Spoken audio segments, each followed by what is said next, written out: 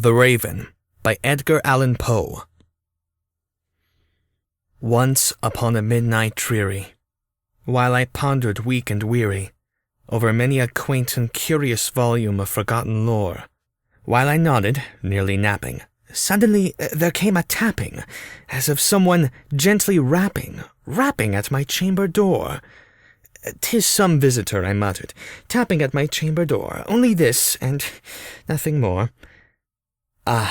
Distinctly I remember it was in the bleak December, and each separate dying ember wrought its ghost upon the floor. Eagerly I wished the morrow, vainly I had sought to borrow from my book surcease of sorrow for the lost Lenore, for the rare and radiant maiden whom the angels named Lenore, nameless here forevermore. And the silken, sad, uncertain rustling of each purple curtain thrilled me, filled me with fantastic terrors never felt before, so that now, to still the beating of my heart, I stood repeating, "'Tis some visitor entreating entrance at my chamber door, some late visitor entreating entrance at my chamber door. This is it, and nothing more." Presently my soul grew stronger, hesitating then no longer. "Sir," said I, "or madam, truly your forgiveness I implore, but the fact is I was napping, and so gently you came rapping, and so faintly you came tapping at my chamber door that I was scarce sure I heard you." Here I opened wide the door. Darkness there, and nothing more.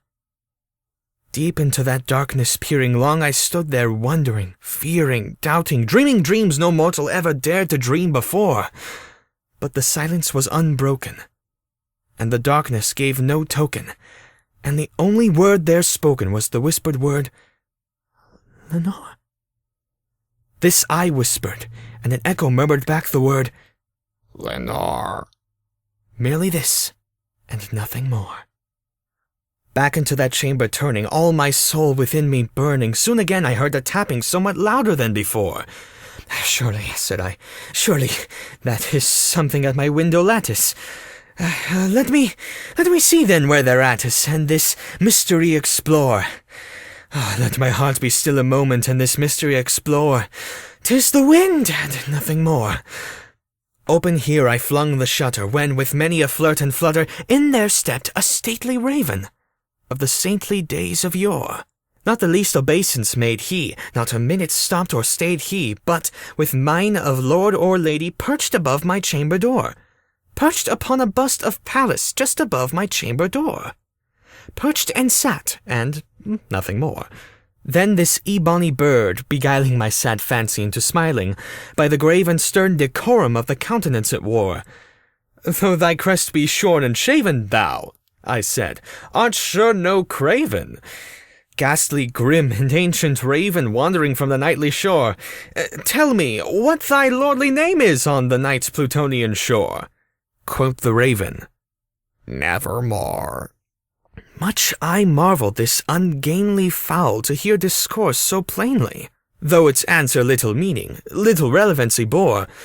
For we cannot help agreeing that no living human being ever yet was blessed with seeing bird above his chamber door. Bird or beast above the sculptured bust above his chamber door, with such a name as Nevermore. But the raven, sitting lonely on the placid bust, spoke only that one word, as if his soul in that one word he did outpour. Nothing further then he uttered, not a feather then he fluttered, till I scarcely more than muttered, "Other friends have flown before. On the morrow he will leave me, as my hopes have flown before." Then the bird said, "Nevermore." Startled at the stillness broken by reply so aptly spoken, "Doubtless," said I, "what it utters is its only stock and store, caught from some unhappy master, whom unmerciful disaster followed fast and followed faster, till his songs one burden bore, till the dirges of his hope that melancholy burden bore of nevermore." But the raven, still beguiling all my sad soul into smiling, straight I wheeled a cushioned seat in front of bird and bust and door. Then, upon the velvet sinking, I betook myself to linking, Fancy unto fancy, thinking what this ominous bird of yore, what this grim, ungainly, ghastly, gaunt, and ominous bird of yore meant in croaking nevermore. This I sat engaged in guessing, but no syllable expressing to the fowl whose fiery eyes now burned into my bosom's core. This and more I sat divining, with my head at ease reclining, on the cushion's velvet lining that the lamplight gloated o'er, but whose velvet violet lining with the lamplight glowing o'er. She shall press nevermore. Then methought the air grew denser, perfumed from an unseen censer, swung by seraphim whose footfalls tinkled on the tufted floor. "Wretch!" I cried, "thy God hath lent thee. By these angels he has sent thee respite, and nepenthe from thy memories of Lenore. Quaff this kind nepenthe, and forget this lost Lenore." Quoth the raven, "Nevermore." "Prophet," said I, "thing of evil, prophet still, if bird or devil, whether tempest sent, or whether tempest tossed thee here ashore, desolate yet all undainted, on this desert land enchanted, on this home by horror haunted, tell me truly, I implore, is there balm in Gilead? Tell me, I implore!" Quoth the raven, "Nevermore." "Prophet," said I, "thing of evil, prophet still, if bird or devil, by that heaven that bends above us, by that God we both adore, tell this soul with sorrow laden, if within the distant Hayden it shall clasp a sainted maiden whom the angels named Lenore. Clasp a rare and radiant maiden whom the angels named Lenore." Quoth the raven, "Nevermore." "Be that word our sign of parting, bird or fiend!"